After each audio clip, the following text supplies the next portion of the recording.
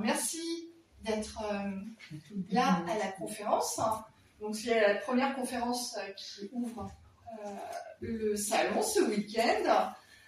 Donc là, aujourd'hui, nous allons parler de la communication animale et qu'est-ce qu'elle apporte dans un lien humain-animal, dans un binôme humain-animal. Moi, je suis Prisca Melouette, je suis fondatrice de Plume d'Ange, donc une petite entreprise tournée autour du monde de la nature, donc, où je travaille en tant que consultante en communication animale et je suis révélatrice de ressources naturelles. Donc, c'est-à-dire que dans le monde animal, je propose des consultations de communication animale, des accompagnements personnalisés pour les binômes humains-animaux, via du Lao Chi, via de la libération émotionnelle avec des techniques de EFT, donc qui sont des techniques d'acupression avec des phrases que l'on libère. Il y a des formations à la communication animale, autour des animaux guides, sur le deuil animalier. Et à venir cette année, il y aura également une formation à l'ornithomancie. L'ornithomancie, c'est l'art de lire les présages dans les oiseaux, dans leur manière d'interagir entre eux et dans leur manière d'interagir avec nous. Pas dans le fait qu'ils se présentent à nous, mais vraiment eux, comment ils volent, s'ils volent haut, s'ils volent bas, par exemple pour les hirondelles, ça permet de savoir s'ils volent plus loin ou pas. La manière dont ils crient, ça nous donne aussi une indication. Ça permet de savoir si nous on entre aussi sur un terrain qui est protégé ou pas, par exemple avec le G.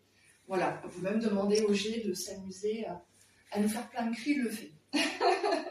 Donc ça, c'est la partie animale. Ensuite, je communique aussi avec les arbres, je suis très ancrée à la terre, donc tout ce qui est énormes rochers, j'arrive à détecter leur mémoire aussi, ce qui s'est passé sur ces territoires-là. Donc du coup, ça, ce sont des éléments que je fais découvrir autour d'ateliers, de conférences, d'interviews, etc. Et je fais aussi un petit peu de cartomancie, parce que le premier tarot de Marseille que j'ai eu, j'avais 12 ans. Et à l'époque, il n'y avait pas de livres, enfin, ça n'existait pas autant que maintenant. Tous ces livres autour de l'énergétique, la médiumnité, le développement personnel. Donc, je me suis formée toute seule, de manière intuitive.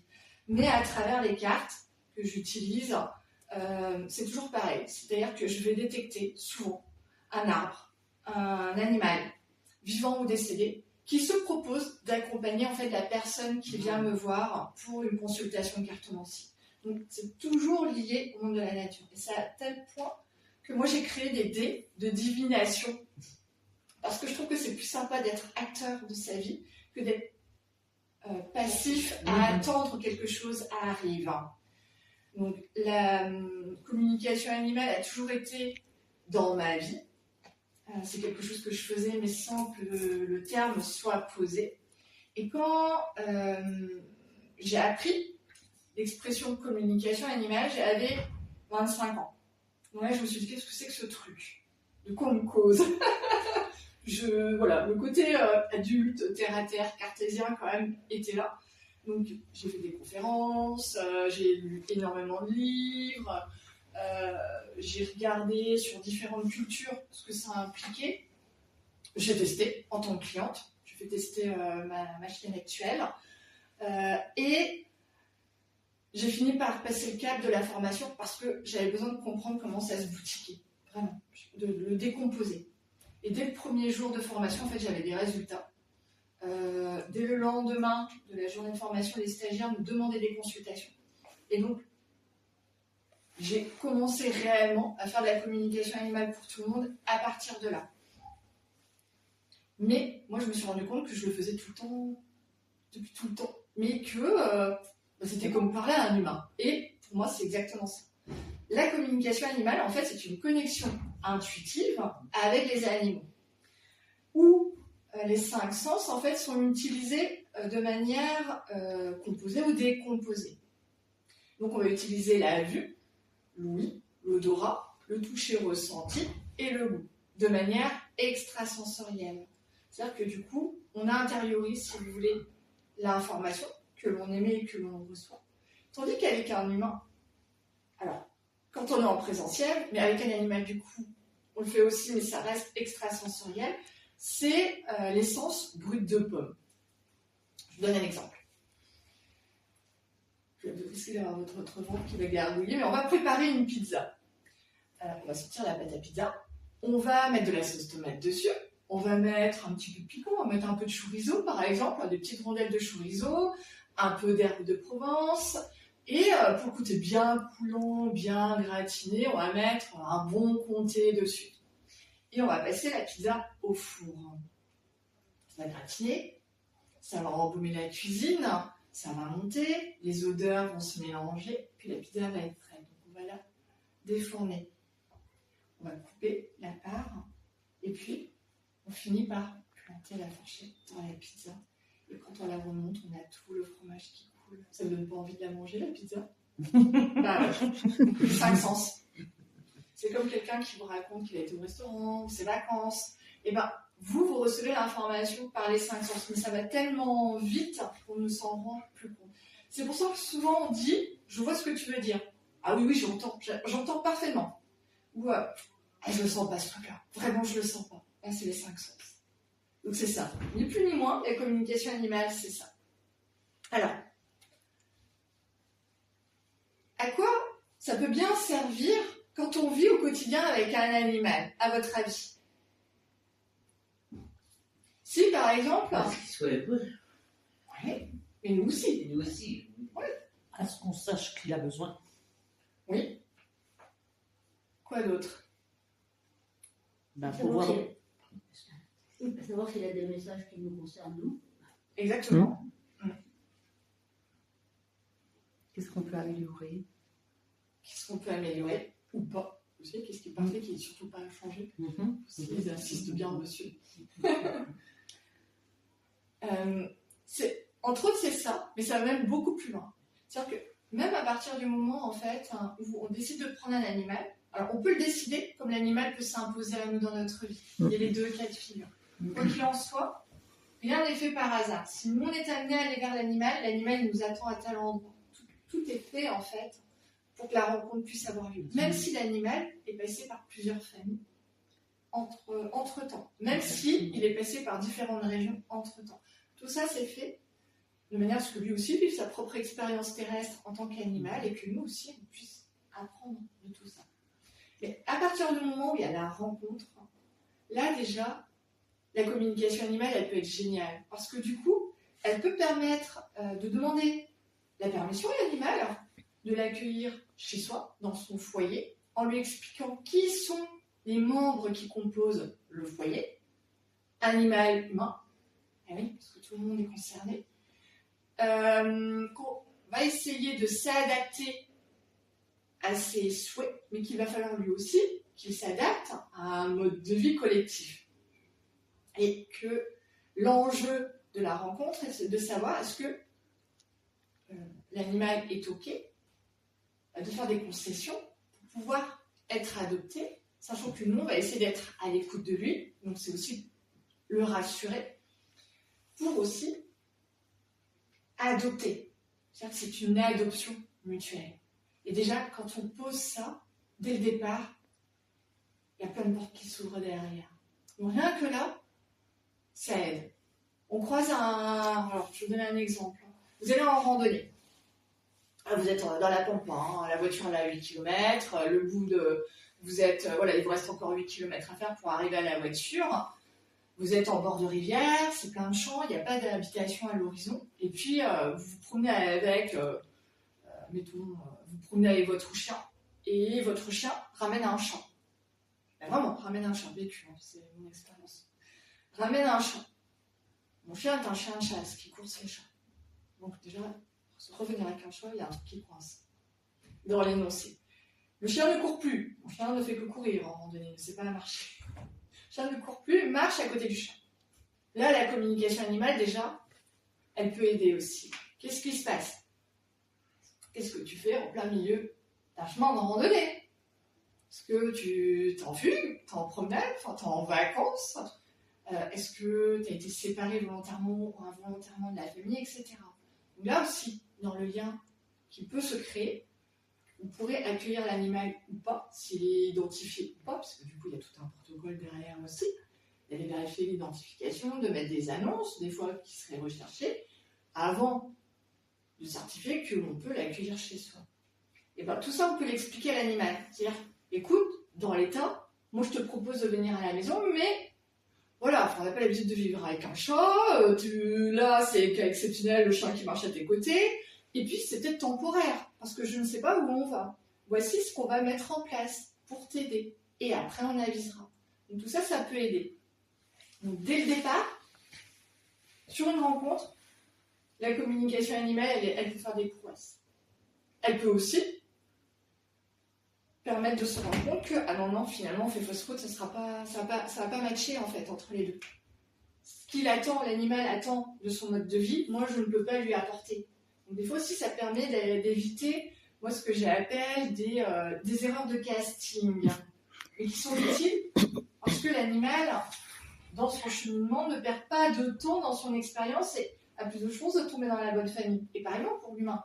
C'est-à-dire que s'il doit accueillir un animal, il va gagner du temps, entre guillemets, pour accueillir le bon animal. Donc ça, c'est la rencontre. Et puis ensuite, l'animal, il est avec nous dans la maison. Ah, c'est là souvent le plus compliqué les premiers temps, non? Oui.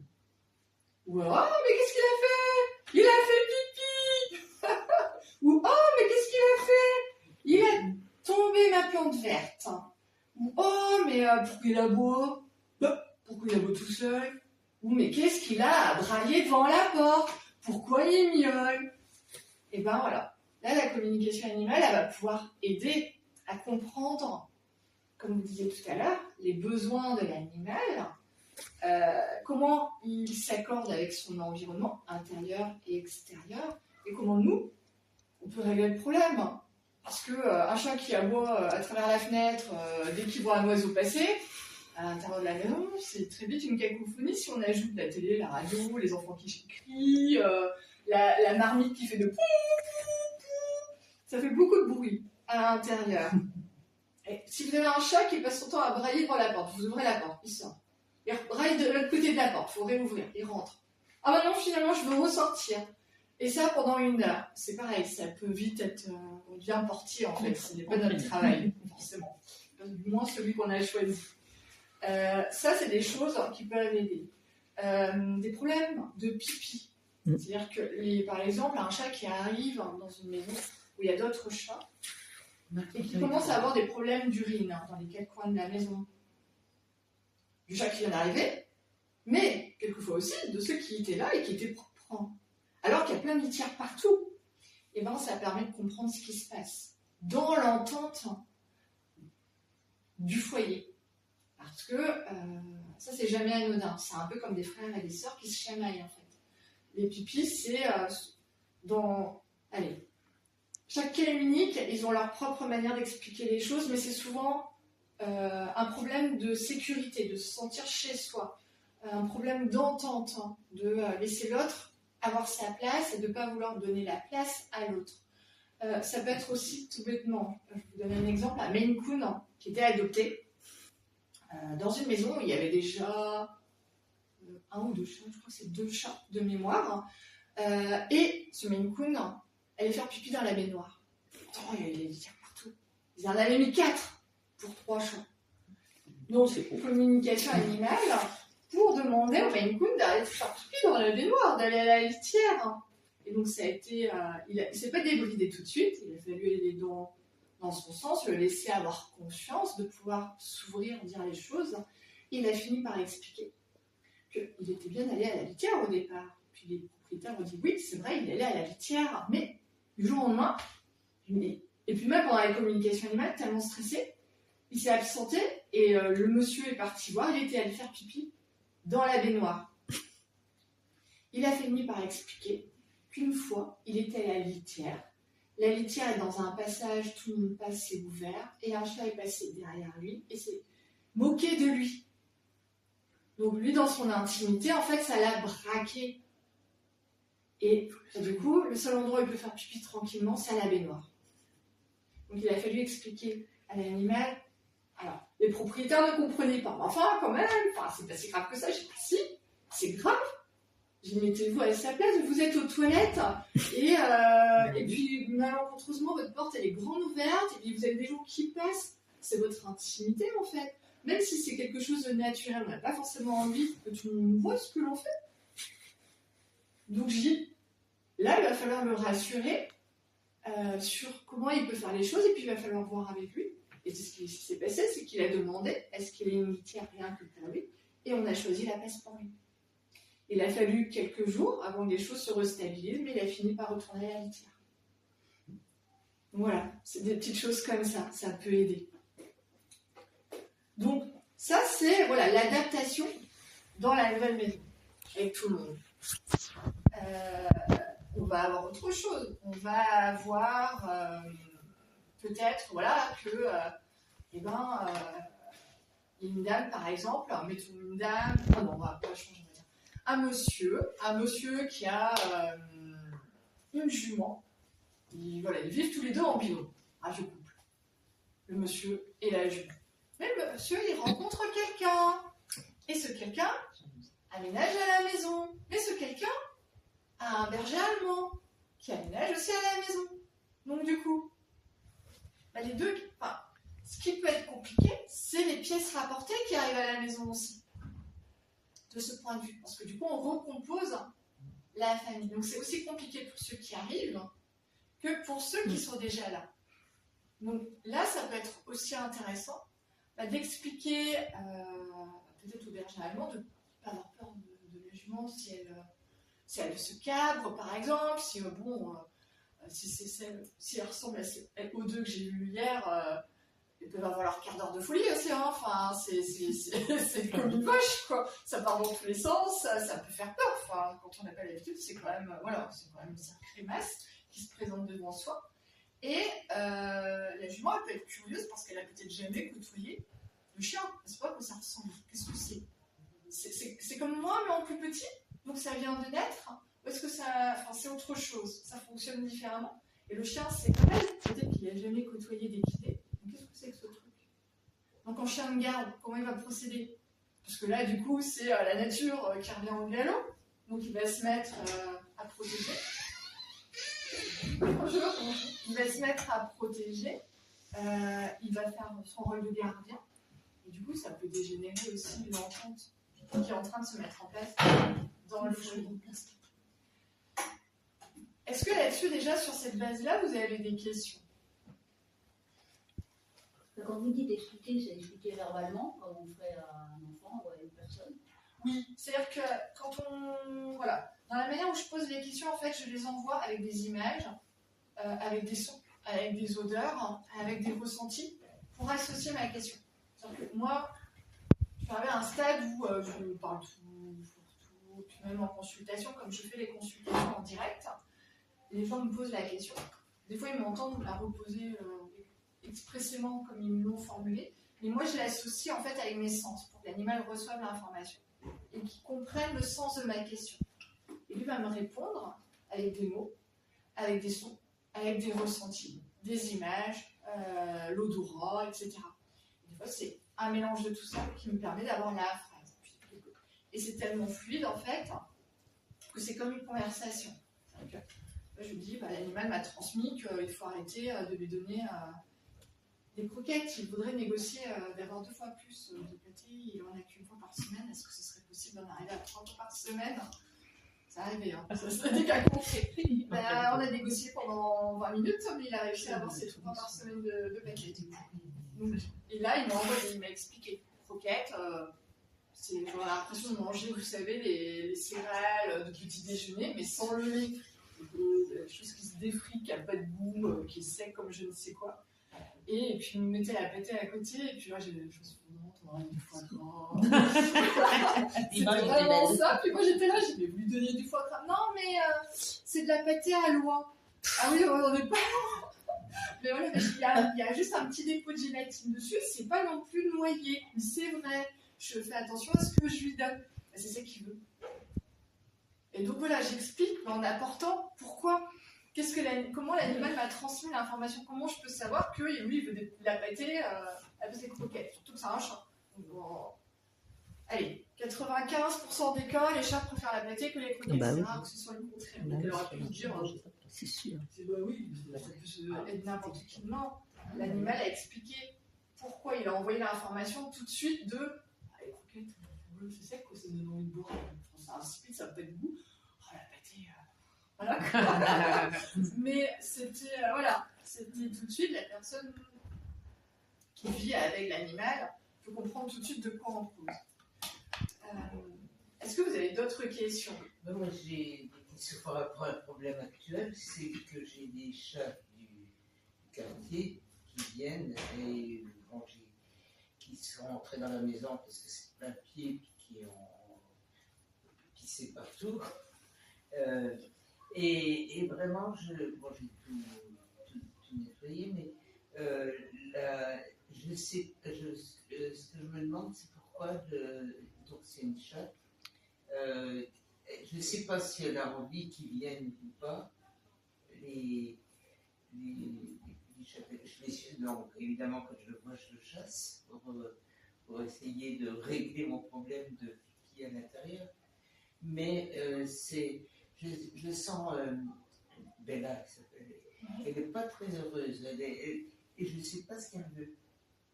Je ne sais pas si elle a envie d'une présence, parce que j'ai une terrasse, enfin, on a le jardin, etc. Mais j'ai déjà dû bloquer la chatière. Alors, elle peut sortir, elle ne peut plus rentrer, parce que je n'ai aussi les chats du quartier. Voilà, donc c'est un petit peu. Je ne connais pas bien la pratique, je dirais, et à savoir est-ce que vaut mieux chasser les chats qui viennent sur le territoire de. Alors, c'est les ententes de voisinage. Moi, j'appelle ça les ententes de voisinage. Vous savez que les chats, ils ont tous un territoire. Oui. Ils essaient de cohabiter ensemble, mais c'est quand même quadrillé. C'est-à-dire qu'eux, Oui. ils ont leur propre barrière. Oui. Là, il faudrait clairement poser la question à Bella. Comment elle vit les choses? Pourquoi tous les chats la suivent et rentrent chez elle et urinent? Est-ce qu'elle s'entend avec eux? Est-ce que c'est la bagarre et envie de rentrer chez elle? Est-ce qu'elle a fait quelque chose peut-être aussi qui génère cette situation-là? Est-ce qu'elle a des copains parmi ces chats-là ou pas? Ça, je me demandais, est-ce que c'est ton copain? Ouais. Mais bon, c'est effectivement parce que je la vois, elle est un peu à proximité. Et puis je lui demande, c'est ton copain ou parce que quand j'ouvre la porte, il se sauve parce qu'il a compris que c'était pas chez lui. Mais voilà, je sais pas si je fais bien. Ça, faut poser la question à Bella. Ouais. Je peux pas y répondre. J'ai plein de cas de figure qui vont aller approuver ou contredire votre circonstance en fait. J'ai mon chat, par exemple. Quand il était tout petit, en fait, passait ses journées chez ma voisine. Mais clairement, hein, il passait vraiment ses journées chez ma voisine. Elle m'oubliait des fois. Je fermais la porte derrière elle, et puis mon chat était resté chez elle. Et elle avait un chat. Et ils arrivaient à s'entendre. Mais mon chat était tellement sans gêne qu'il mangeait même les croquettes de son chat à elle. Et ça ne posait pas de soucis, ils s'entendaient. Et elle, ça ne lui posait pas de soucis non plus parce qu'elle adore les animaux. Là, j'ai un animal, un chat qui est recherché. Depuis 15 jours, je crois qu'ils m'ont consulté, qui a déménagé dans un nouvel environnement et qui, au bout d'une semaine, l'a autorisé à faire son tour de quartier, à s'habituer.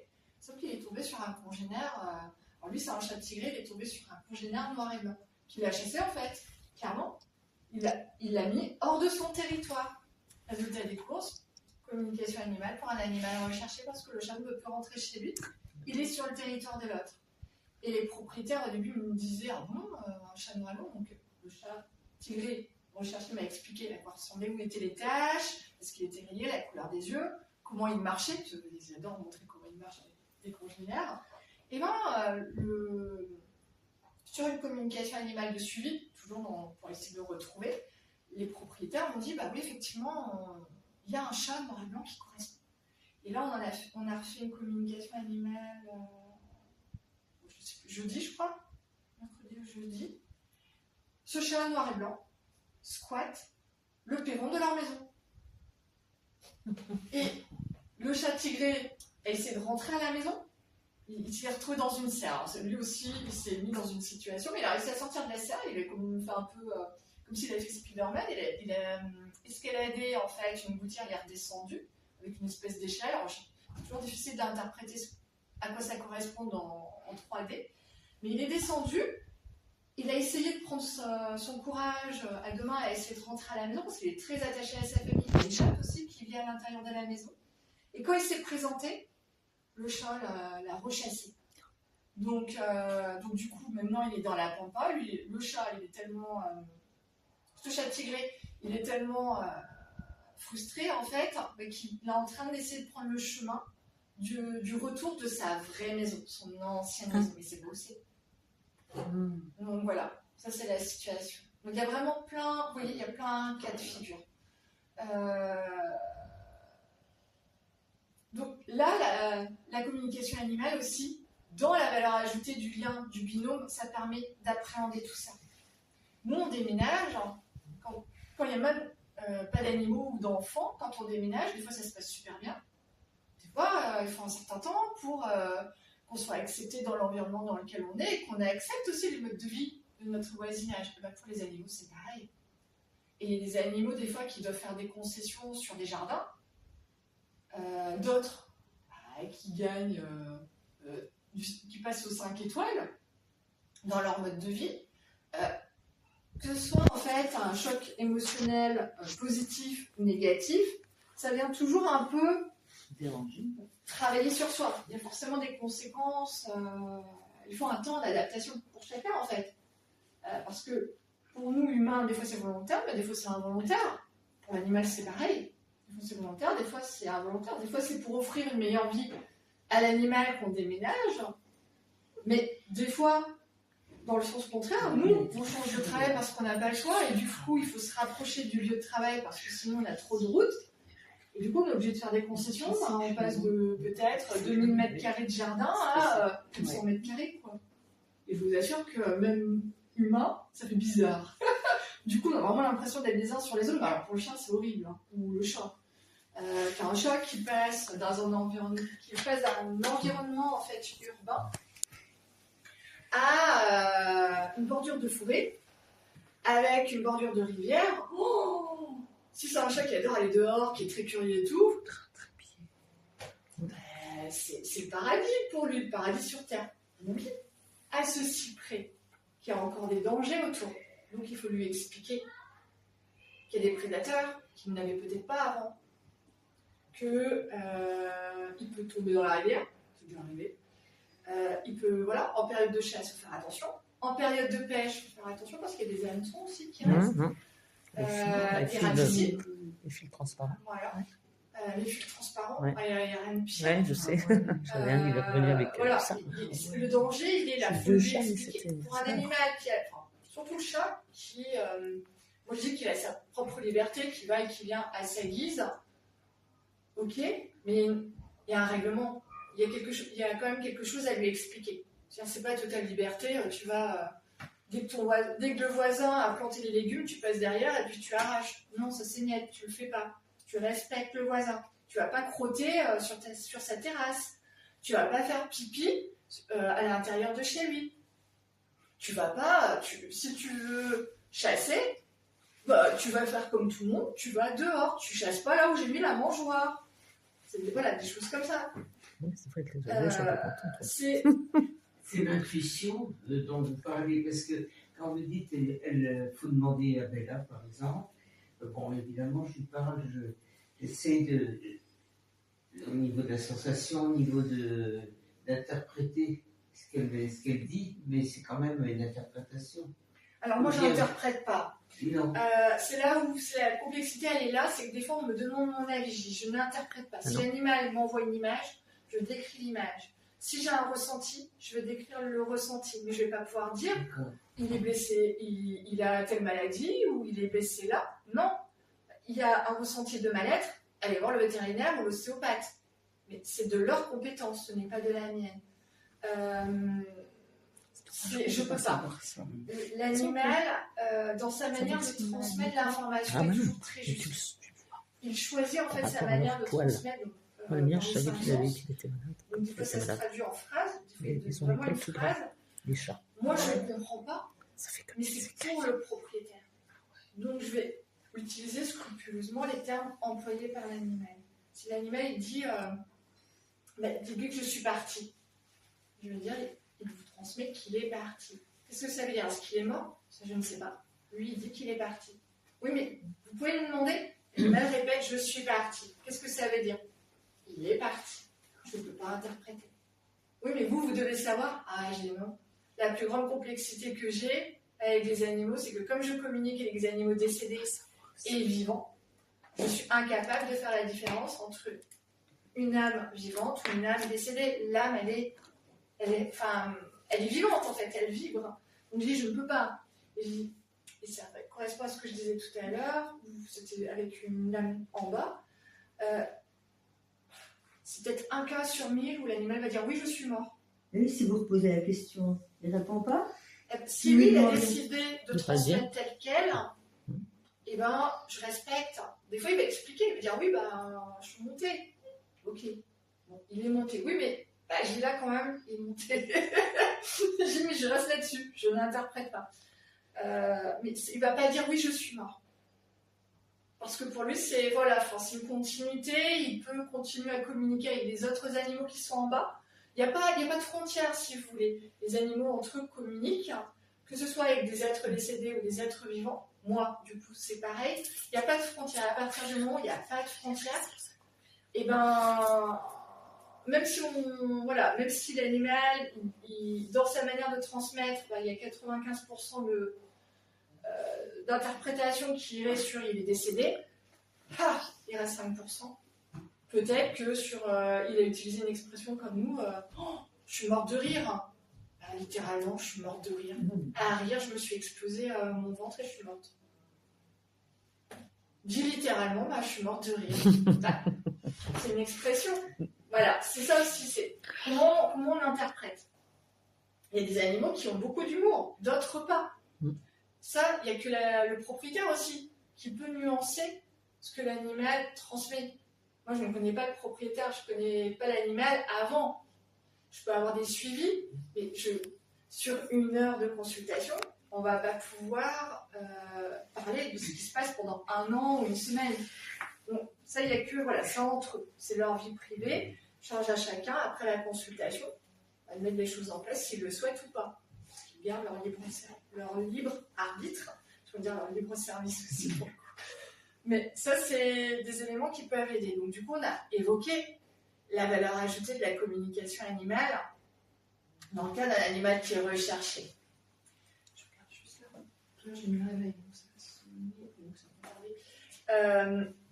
Là, c'est une valeur ajoutée dans le sens où c'est transversal à toutes les actions qui peuvent être mises en œuvre pour comprendre ce qui s'est passé et agir en conséquence. C'est-à-dire que quand on vient vers moi pour un animal qui est perdu, recherché, moi je dis recherché parce que je ne sais pas si c'est un départ volontaire ou involontaire, s'il y a eu un vol, un accident, si l'animal est... Gros problème sur le cas des animaux recherchés, pour moi c'est hyper compliqué. Vivant, décédé, voilà, je ne peux pas le certifier. Du coup, c'est recherché. Du point de vue du propriétaire, de l'humain, il est perdu, donc il faut le retrouver. Oui, mais c'est un être vivant, ce n'est pas un objet. Donc, avant de me consulter, et avant de prendre rendez-vous, les premières choses que je vérifie avec les propriétaires, les gardiens, les responsables moraux de l'animal, c'est s'il est identifié. S'il est identifié, du coup, on prévient l'ICAD. On fait une déclaration de recherche. On prévient les vétérinaires, les fourrières, les refuges animaliers. On questionne le voisinage. Si on habite près d'espaces forestiers, on peut prévenir les ACA, les forestiers. Si on est en bord d'étangs, de lacs, de rivières ou même de bords de mer, on prévient les pêcheurs. On commence en fait par toutes ces actions-là. On met des papiers dans les boîtes aux lettres, si on n'a pas l'habitude de côtoyer ses voisins. Et puis, on va commencer à faire un petit repérage à pied de l'environnement proche de l'animal, en fonction de si on connaît ou pas son quotidien aussi, parce que je ne connais pas toujours le quotidien de son animal. Hein. Non, ça c'est sûr. Donc, et on va commencer à l'élargir. Et là, oui, là, on peut faire la communication animale. Pour savoir qu'est-ce qui s'est passé du point de vue de l'animal. Est-ce que c'est une promenade quotidienne qui a mal tourné? Les impondérables, les incidents du quotidien, ça peut arriver. Est-ce que, trop curieux, il s'est fait enfermer dans un garage? Est-ce qu'il est tombé sur un prédateur? Est-ce qu'il y a eu une bagarre? Est-ce qu'il a traversé la route au moment où une voiture passait? Est-ce qu'il a fugué aussi, puis il a perdu le fil du temps? Est-ce qu'il a été récupéré par quelqu'un? Alors, comment? Combien de fois? Combien de changements? Est-ce qu'il est dans une maison? Voilà, je suis obligée de terminer rapidement. Mais tous ces cas-là, on va pouvoir les avoir. Est-ce qu'il souhaite être retrouvé? Est-ce qu'il est capable de rentrer à la maison tout seul? Est-ce que, non, il a besoin de prendre des vacances? Des fois, ça arrive aussi. Mais des fois même, c'est oui, je veux être retrouvé. Puis à la seconde communication animale de suivi, il va dire, bah, moi, je veux bien rentrer à la maison, mais bah, là, maintenant, du coup, ça m'intéresse de voir un peu ce qui se passe autour. Je prends des vacances. Ça arrive aussi. Et d'autres, c'est j'ai besoin de prendre l'air. En fait, ce qui se passe à la maison en ce moment, j'en peux plus. Et donc, ça permet de désamorcer aussi ce qui se passe. Et puis, à la fin de vie de l'animal, là aussi, la communication animale a une valeur ajoutée. La fin de vie de l'animal sur une maladie qui est déclarée, qui est incurable, ou qui implique en fait des modifications de mode de vie qui sont vraiment drastiques, et pour l'animal et pour le reste de la famille, humaine et animale. Je vais vous donner un exemple, ça me vient, ce Golden qui avait un cancer en phase finale. Ça a été déclaré une semaine, 15 jours avant qu'il décède. On m'a contacté parce que voilà, on venait de découvrir qu'il avait un cancer généralisé, qu'il lui restait plus beaucoup de temps à vivre. Et la question était de savoir comment il vivait son cancer, qu'est-ce qu'il avait comme symptômes, est-ce que les médicaments qu'on lui procurait pour l'instant permettaient d'atténuer un peu ses symptômes, et est-ce qu'il avait des souhaits avant de mourir. Alors il a donné toute sa liste de souhaits, hein. Mais dans sa liste de souhaits, il y avait du bœuf bourguignon.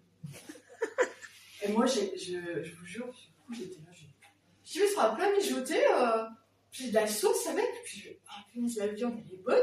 Putain, mais lui, il t'a donné du bœuf bourguignon? Oui, c'est vrai, on lui a donné du bœuf bourguignon une fois par an, voilà, à l'occasion, quand on fait du bœuf bourguignon, il a eu son bœuf bourguignon avant de décéder. Il a expliqué qu'il y avait un étang avec toute une petite promenade de halage, et c'est près d'une station thermale, je crois que c'était en Savoie, ou je sais pas où, qu'il aimait particulièrement en fait par rapport à son aspect naturel, ce côté tranquille, etc. Il a fait sa petite promenade. Ça a duré 15 minutes, mais il y était allé. Voilà. Donc ça, c'est ce que peut apporter la communication animale. Et puis, il y a la communication animale après le décès. Pour comprendre ce qui s'est passé. Des fois, savoir sur un âne, par exemple, un âne qui est mort très très rapide, hein, le matin on lui donnait du foin et le soir quand on est repassé pour s'il restait du foin, mais il était mort. Qu'est-ce qui s'est passé? Fausse route, du foin et rétamé, mais il a expliqué. Voilà. Et puis ça a permis de parler du vécu qu'ils avaient tous les deux, s'il y avait des messages pour la suite, s'il allait revenir, etc. Je suis obligée de terminer parce que vous laissez la place. Vous pouvez venir me voir en bas si vous voulez.